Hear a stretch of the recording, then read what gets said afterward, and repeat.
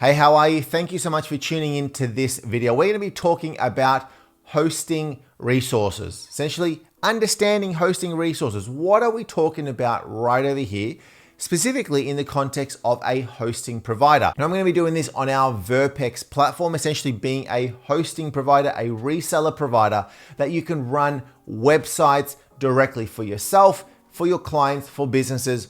Lots of different options available to you. But essentially, what we do is we have a space set up in there, servers running in the cloud that have physical resources. So we'll talk a little bit about that, and then we'll show you how to actually go and change some of the hosting resources directly on a Verpex account. Before we do get into that, remember, as always, to click on that subscription button, click on the bell so that you don't miss out on any of our video releases. Now, if you think about your normal computer, in a workplace, in a home environment, inside of that computer is CPU, is some RAM, is some storage space, and all of the other bits, right? There are physical pieces of hardware inside of a computer. Well, when you are actually deploying something on the cloud, for example, on our Verpex cloud, there's actually some physical resources behind the scenes. There's actually physical servers that are running in our space that are split up between all of our customers, between all of the websites that are running within Verpex. So what we've done is we've got ourselves our Verpex hosting platform, right? We've actually gone and created an account.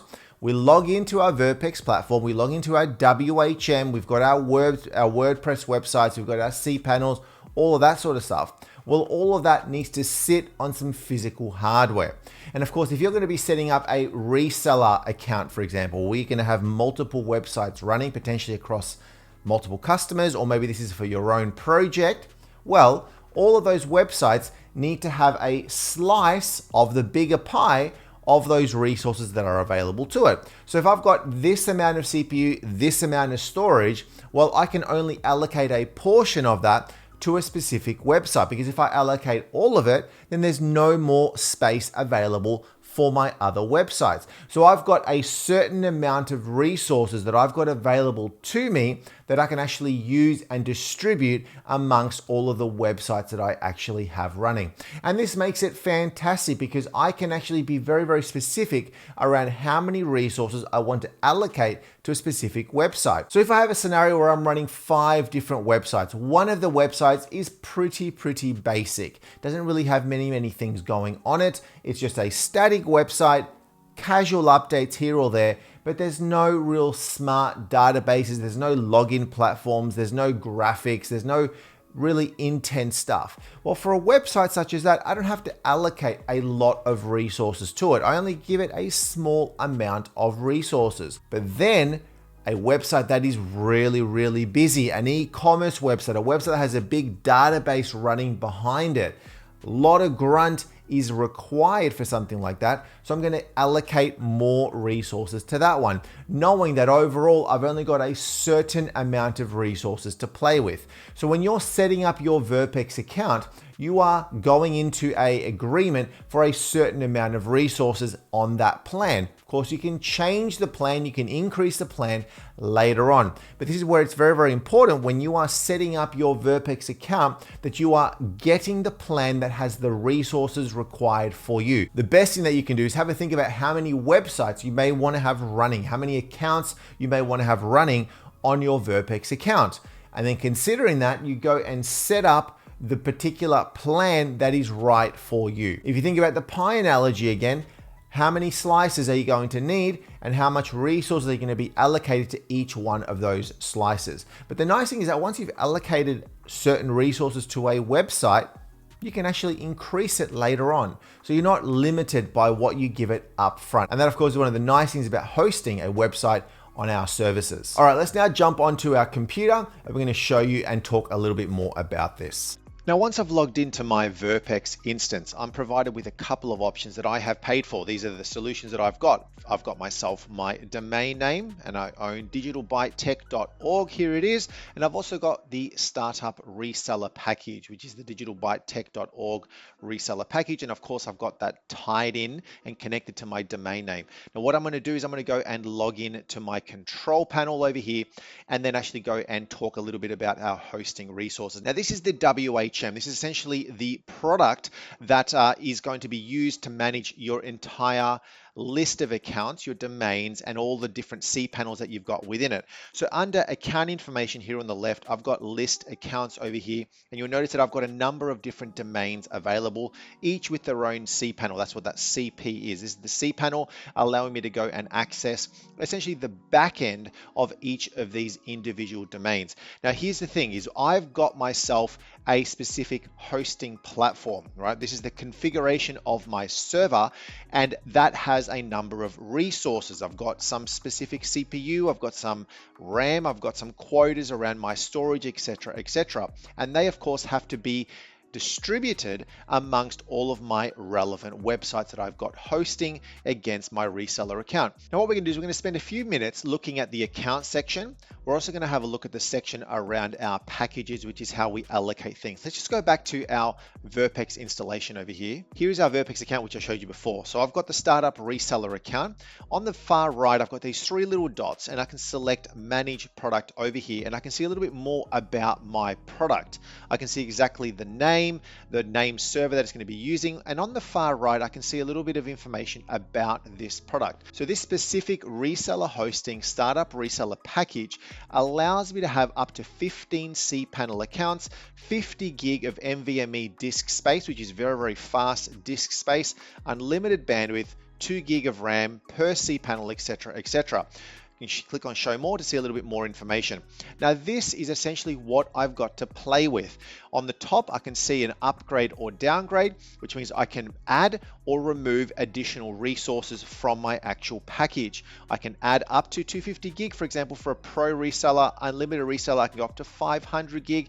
So I can really adjust it as needed. So if you've got multiple clients, multiple customers that you are working with, that you are sharing some of these resources with, essentially a slice of a pie is what you're going to be allocating against some of these. So as long as you know that, we can then go and start to configure some things accordingly. Back in our WHM, here is my domains. At the moment, I've got 6 domains that I've got set up, and remembering that under here, I've got a maximum of 15 that I can set up. And of course, 50 gig needs to be allocated against each of these. First things first, I'm going to go and create a new account over here, and you'll notice that I can see a maximum of 6 of 15 are available, and here is my disk space. That is what I've got available, and my bandwidth being really unlimited. So this is how much disk space is currently being used against what I have available, essentially the limit of the hosting resources that I have available to me. I can't add any more with the current package that I've got. Here are the packages that are installed, etc., etc. So when you go and configure and set up a brand new account, this is where you set up the domain name, the username, the password, etc., etc. You then go and select a package. Now, these are packages that you have configured previously. Essentially, they're like templates that have a specific amount of resources that you can use and allocate against all of your cPanel installations. CGI access, your cPanel theme, what you want to use, all of that. Now, under the packages section, I can select options manually. So if I go and create a new list account, I can select on that and start allocating a whole bunch of resources right over here. This is where you are going to go and allocate the resources accordingly. Per account, I can go and say my disk space is going to be limited to this amount. If I select on unlimited, then that particular cPanel instance that I'm going to be setting, this new account, could use everything, and then it's essentially going to go and affect the other cPanel instances that I've got installed. So you want to be going and ensuring that the resources are equally distributed as you need to, as whatever agreements you have with the customers, with essentially whoever is using those cPanel accounts. I can adjust the FTP, the email, the mailing, how many SQL databases I want to use. I can also allocate how many quotas I want per email address. But what I prefer to do is not using that, using a package that I've already got defined. And this is where I go down to the section under packages, and I can select add a package. Here I can go and give my package a specific name.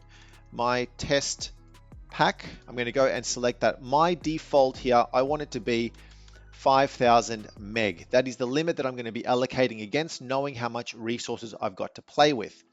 Again, how much bandwidth limit? Do you want it to be unlimited or not? How many FTP accounts? Unlimited or FTP accounts? I may want to say I want 4, and I want only 4 email accounts. How many databases? Well, I'll allow 2. etc. All right, so I go and set that up accordingly based on what the resources need to be. Everything else I can leave as the default, and I can select on add. So under edit a package, you'll notice that here are all the packs that I've got. So when I now go and set up a list account or create a new account, I'll have it available under the choose a package section to go and set up those specific settings. Here is my digitalbytetech.org. I can see a little bit of a summary here on how much disk space is used, etc. Go into the cPanel. Now this is the cPanel for this specific website, and I can see the same thing for every other website that I've got running in here, and I can see how much resources are being used. So if I scroll down under statistics, I can see exactly a little bit more information about this specific instance, this specific account, how many subdomains, how many databases, how much bandwidth is being used out of the available 15 meg. All right, how much disk usage is available. Remember, this is one that I've configured with 1,000 meg as the limit. So at the moment, 33% of it is being used against this disk usage. The same deal is true of my database disk usage. This is what my limit is. Scrolling further down, you'll notice that you can see FTP accounts, you can see email filters, you can see how much CPU usage. So at the moment, this website is really not using anything. 0% of my CPU that I've got allocated as part of my package is being used. Same deal with my physical memory. I've got 2 gig available for this specific one. My IOPS, which is my input output, this is essentially how much traffic is flowing in and out, number of processes, etc. So this is a good spot to actually see what the performance looks like of your website. If I want to see some more information, I can go onto the metrics section over here and I can see bandwidth, I can see resource usage, etc. I can see if there are any errors associated with the website, essentially the metrics. Bandwidth, I can see exactly what's going on this website. And resource usage, essentially how much resources are being used against that specific cPanel. If you want some other information specifically around the server itself, here is the server information area on the far right. You can click on this and you can now see a lot more information about this specific server. You'll notice that it is running Linux, it's running a Maria database, and here are all of the services that are running actively on here. Now, all of this stuff, the server load, the CPU count, all makes up for how your actual server is going to be performing. Okay, and of course, the more, if we go back to our WHM, the more of these you've got running, the more those resources are going to be split and shared against each of your accounts. So if you've got one of your websites that is being very greedy with resources, you have to go in one by one and actually go and control the resources that have been allocated against it, because it will potentially have impact against your other domains that you have listed. So if you're going to find that as your websites grow, if you have several customers with several websites running, as the resources grow, you may need to go into here and update your package to be able to allocate more resources, have more resources available, so you can then adequately spread them across all of your websites, okay? Think of the host as a physical server. It's a physical piece of tech with physical RAM, CPU, storage space, and you've only got a limited amount. So you need to go and upgrade it if you need more resources. So thanks so much for tuning in. Really appreciate it. If you enjoyed this video, if you found it helpful, please let us know below in the comments. And as always, click on that subscription button, on the bell, and we will see you on the next video.